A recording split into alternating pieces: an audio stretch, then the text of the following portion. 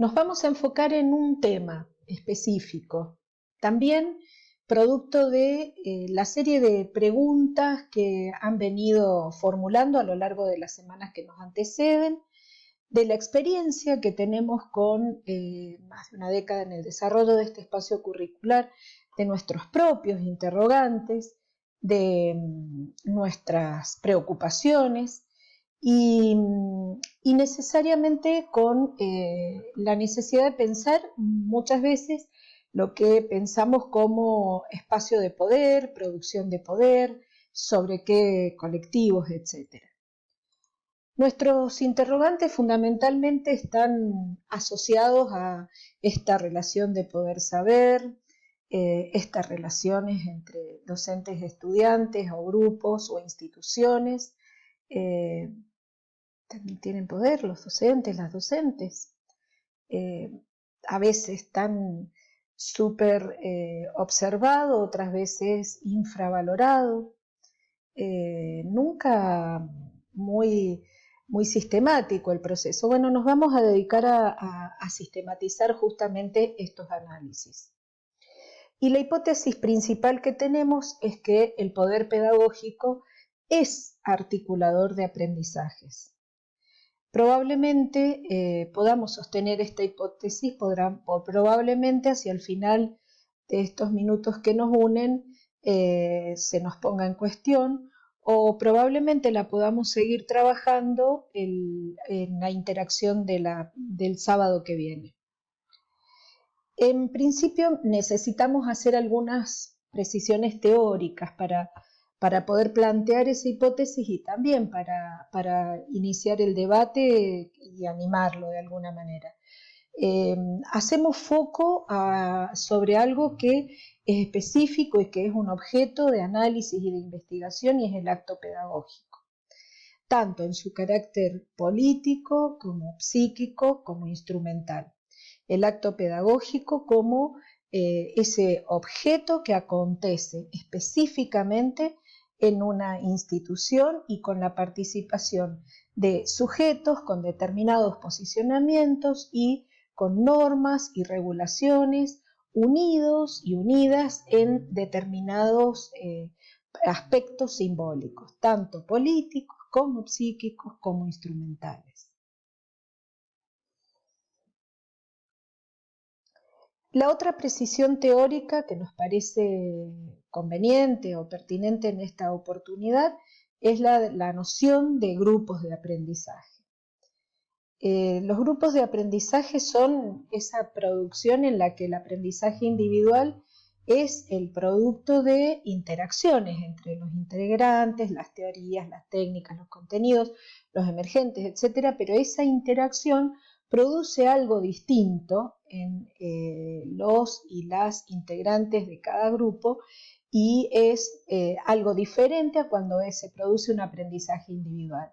Es ese aprendizaje que acontece, que se produce por efecto de la mediación del grupo y a la vez por los aportes de cada integrante. ¿Cuáles son las relaciones entre grupo de aprendizaje y grupo de clase? Acá también queremos develar y de alguna manera precisar una distinción. En principio, no todos los grupos de aprendizaje son grupos de clase. Cuando decimos grupo de clase, obviamente estamos hablando de los grupos de clase en instituciones educativas estrictamente. Entonces, los grupos de clase son grupos de aprendizaje que están en las instituciones educativas. Con esto también estamos advirtiendo que hay grupos de aprendizaje que no se dirimen, que no se desarrollan, que no trabajan y que no producen aprendizajes grupales estrictamente en las instituciones educativas. Pero nosotros nos vamos a dedicar a las que pertenecen al sistema educativo, que tienen características bien específicas, son formales, tienen dinámicas propias, sus integrantes están seleccionados por criterios externos. ¿Esto qué quiere decir? A los grupos clase generalmente se llega por una definición de edades, por una definición de espacios, por una definición generacional, etc.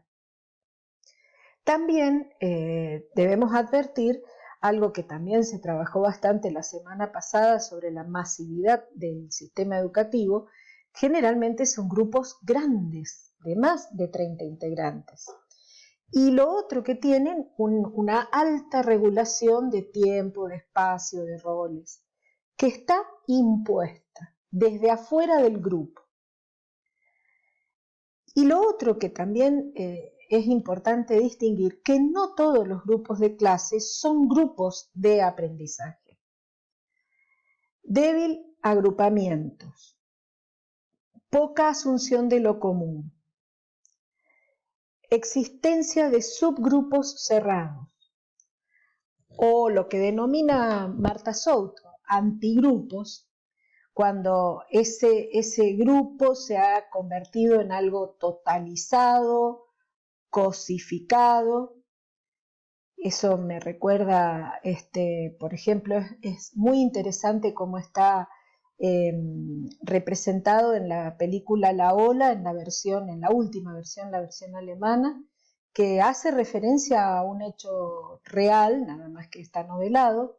Es muy interesante cómo el objeto grupo se ha totalizado y se ha cosificado, perdiendo fundamentalmente la tarea de aprendizaje de vista, ¿no? También el hecho de antigrupos como la burocratización, que es cuando los grupos están altamente regulados, desaparece la posibilidad de que haya producciones y creación sobre el saber. Lo trabajábamos en la primera semana. La relación con el saber es una relación que produce y que es creativa, no es una relación fácilmente controlable. Y tiene un efecto de cristalización de algunos procesos que aparentan como si se estuviera aprendiendo. Y los otros antigrupos son los caracterizados por la clandestinidad, y yo ahí, por ejemplo, haría referencia específicamente al acoso escolar, tristemente denominado bullying, que no resulta simpático, pero para que nos entendamos, está muy nombrado en el sentido común como bullying, pero el acoso escolar, que requiere de altos procesos de clandestinidad, justamente está dando pistas de una perspectiva que no es un grupo, sino más bien es un antigrupo de los aprendizajes. Bueno, ¿y cómo nos podemos proponer trabajar que los grupos de clase devengan en grupos de aprendizaje y qué decisiones podemos tomar desde la perspectiva docente? Nosotros y nosotras les estamos haciendo una propuesta bien específica, fundamentalmente asignada en dos aspectos que obviamente requieren mucho trabajo. Uno es el aspecto de incorporar prácticas que sean prácticas didácticas de lo grupal. Y acá debemos distinguir que no todo trabajo en grupo es una didáctica de lo grupal, y muchas veces también hay didácticas que se dedican a ser no grupales. Es más, sabemos que hay una dominancia en el sistema educativo de las didácticas no grupales. Incluso un sentido común que entre las familias hay el chiste de, bueno, si te dieron una actividad grupal, sabes que esa no va a tener evaluación de calificación, por lo tanto, el estado de competitividad y todos los otros procesos no van a asistir. Y segundo, se siente que es una pérdida de tiempo porque no se le atribuye ahí valor de aprendizaje al trabajo grupal. No, nosotros estamos haciendo una propuesta específica que es una didáctica de lo grupal que podríamos pincelar en términos muy, muy simples como un rol docente que sea de coordinador, que facilite los procesos grupales de aproximación al saber, pero que se caracterice especialmente por tener una constante reflexión sobre lo social, lo grupal y lo individual. ninguno de esos tres aspectos se dejan afuera. Y la otra propuesta para recuperar los mayores niveles de grupalidad que permitirían que los grupos de clase devengan en grupos de aprendizaje es la resignificación de la autoridad docente. Otro tema bastante recurrente, nosotros acá estamos recuperando autoras como Silvia Bleichmar o Estela Maldonado, que han trabajado en distintos puntos, pero aspectos que nos están advirtiendo la necesidad de una resignificación de la autoridad docente, y esa resignificación la podemos sintetizar en términos de en estos tres aspectos: la recuperación de la estatalidad docente. Bueno, sobre este punto debemos reconocer que hay un proceso de desestatización, incluso de desinstitucionalización de los estados como efecto del contexto en el que estamos viviendo, y no hace más que pensar lo que está pasando en este contexto, donde en muchas ocasiones se piensa que podemos hacer procesos pero con muy baja institucionalidad. Pareciera siempre el individuo y la sociedad, y las instituciones no se observan ni se incluyen en los análisis. Pero además, en este contexto mercantilizante, con graves procesos de deslegitimación, pero iba a decir, desplazamientos simbólicos de legitimación hacia encontrar los saberes más en Google que en el ámbito educativo. Y obviamente en este contexto pandémico, en donde la pandemia ha hecho una producción de alteración del tiempo y el espacio y de los roles, que evidentemente pone en crisis identitaria a las instituciones educativas, que generalmente han sido organizadoras sociales también, que han participado junto con el trabajo de ser organizadoras de la vida social, ¿no?